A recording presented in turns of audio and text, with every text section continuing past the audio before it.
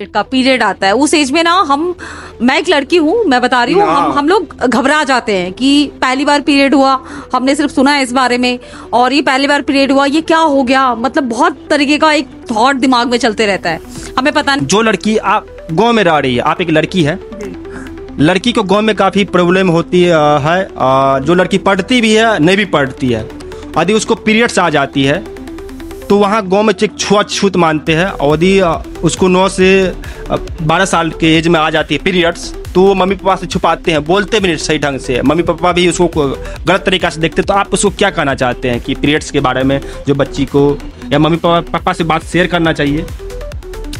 मुझे ऐसा लगता है ना, इसमें ना उनके जो माँ बाप है, उनके माँ बाप को बच्चे से ज़्यादा जागरूक हो रहना चाहिए, क्योंकि जिस एज में आप बात कर रहे हो पीरियड आता है उस एज में ना मैं एक लड़की हूँ, मैं बता रही हूँ, हम लोग घबरा जाते हैं कि पहली बार पीरियड हुआ, हमने सिर्फ सुना है इस बारे में, और ये पहली बार पीरियड हुआ, ये क्या हो गया, मतलब बहुत तरीके का एक थॉट दिमाग में चलते रहता है, हमें पता नहीं होता, और हम ये खुल के बात करते नहीं है।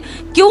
क्योंकि अगर गाँव की बात करो तो वहाँ पे मम्मियाँ शुरू से कहती है कि मतलब इस तरीके से दिखाया जाता है कि ये पीरियड ना हुआ, ये कोई बहुत बड़ी बीमारी हो गई, ठीक है, इस वजह से बच्चों की बीमारी, हाँ, एक छुआछूत वाली बीमारी, मतलब इस तरीके से आप मतलब आस्था के साथ में पीरियड को जोड़ दिया गया है कि अगर आपको पीरियड है तो आप ये नहीं कर सकते, आप वो नहीं कर सकते, आप किचन में नहीं जा सकते।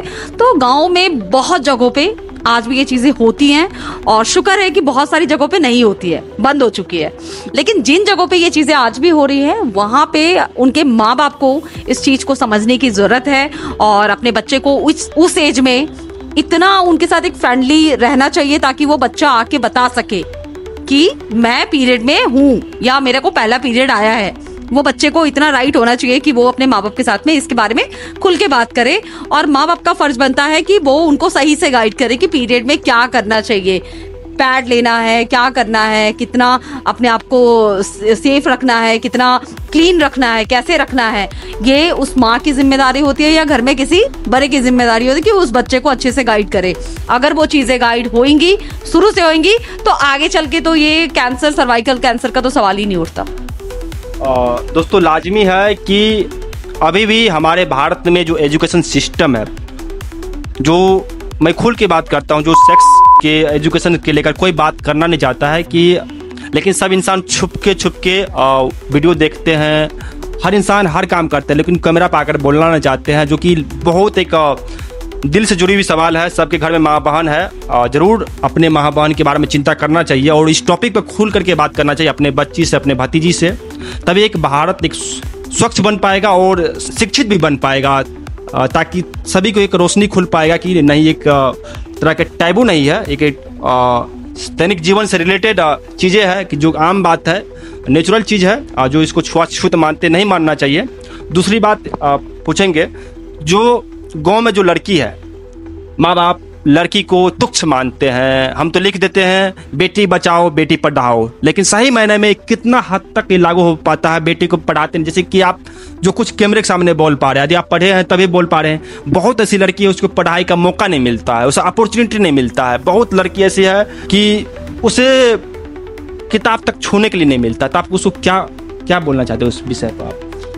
रतन जी, अब ना दुनिया धीरे धीरे करके बहुत आगे जा रही है, ठीक है, तो कहीं ना कहीं वो जो बच्चियां हैं, जो लड़कियां हैं, उनको अपनी हक की बात ना खुद ही करनी पड़ेगी। कैसे? एक छोटी सी बच्ची है जहाँ एक पढ़ाई के बारे में उसको नहीं पता है, ना उसके घर में मोबाइल है, ना इंटरनेट है,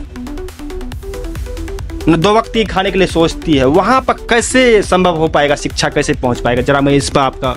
गवर्नमेंट में शिक्षा को लेके गवर्नमेंट ने बहुत काम किया है। अगर आप बिहार को देखो तो बिहार में हर गांव, शायद ही ऐसा कोई गांव बचा होगा जहां पे सरकारी स्कूल ना हो, ठीक है। मैं यहाँ नहीं बोल रही कि आप अपने बच्चे को प्राइवेट स्कूल में ही डालोगे तो वो बहुत अच्छा पढ़ के निकल के आएगा। हमारे पास लाखों ऐसे एग्जाम्पल है जिन्होंने मतलब गवर्नमेंट स्कूल से पढ़ाई शुरू करके एक अच्छी जगह पे गए हैं। वो लोग अपने देश के लिए उन्होंने बहुत कुछ किया है। तो कहीं ना कहीं माँ बाप को भी अपने बच्चों को समझना चाहिए। जरूरी नहीं है कि सिर्फ लड़का ही है तो उनको पढ़ाए, लड़कियों को भी उतना ही प्रोत्साहन करना चाहिए पढ़ने लिखने के लिए। और जो बच्चियां समझदार हैं, उनको पता है कि जिंदगी में कुछ करना है, तो उन बच्चियों को भी अपने लिए, अपनी बात रखने के लिए अपने माँ बाप के सामने खड़े होना चाहिए और उनको बताना चाहिए कि मैं पढ़ना चाहती हूँ या मैं कोई काम करना चाहती हूँ। अपनी बात रखने के लिए देखो, आपके लिए कोई कितना लड़ लेगा, कोई नहीं लड़ सकता। आपको अपनी लड़ाई खुद ही लड़नी है ना? तो आपको अपने लिए खुद ही बोलना पड़ेगा, चाहे वो दुनिया के सामने हो या माँ बाप के सामने हो।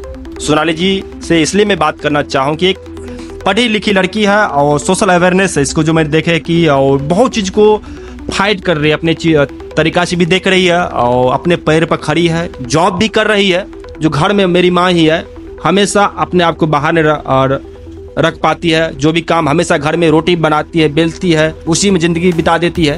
तो ज़िंदगी में जो सबसे ज़्यादा अपने आप को खपाती है वो गर्ल्स खपाती है, माँ कमाती। गर्ल्स होना लाजमी बहुत बड़ा एक सैल्यूट का काम है कि गर्ल्स है, जानते हो कि कितना इसको प्रॉब्लम होती है। मैं अपने माँ को देखता हूँ, उससे सीखता हूँ। सुबह शाम एक तो रात को 1 बजे सोती है, फिर जग जाती है 6 बजे, फिर पापा के लिए खाना, बच्चे के लिए खाना बनाना, हर चीज़ खाना बनाना। मैं ये कह रहा हूँ कि गर्ल्स को हर फील्ड में बॉयज़ के साथ साथ बराबरी से आना चाहिए, उसको भी शिक्षा बराबरी से मिलना चाहिए। और समाज को ऐसी गर्ल्स जो लड़की है उसको भद्दी नज़र से नहीं देखना चाहिए। जब आप किसी लड़की को भद्दी नज़र से देख रहे हैं तो ऐसा सोचना चाहिए आपके घर में भी माँ बहन है, तभी एक समाज इक्वलिटी के रास्ते पाएगा और लड़की को भी एक हर फील्ड में मौका मिल पाएगा। इस वीडियो के बारे में क्या कहना है जरूर अपना राय कमेंट में दीजिएगा और प्यार भरी मुस्कान से चैनल को सब्सक्राइब कर दीजिएगा और साथ साथ बेल आइकन का दबा दीजिएगा। जय हिंद, जय जवान, जय किसान।